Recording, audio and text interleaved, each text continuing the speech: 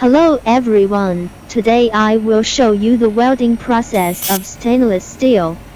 The welder is doing spot welding to fix stainless steel samples. He performs flat welding, internal welding, and external fillet welding on the samples. The welder uses a 1000W handheld fiber laser welding machine. It is really a good helper for welder. The welding machine is equipped with a self-developed wobble welding head.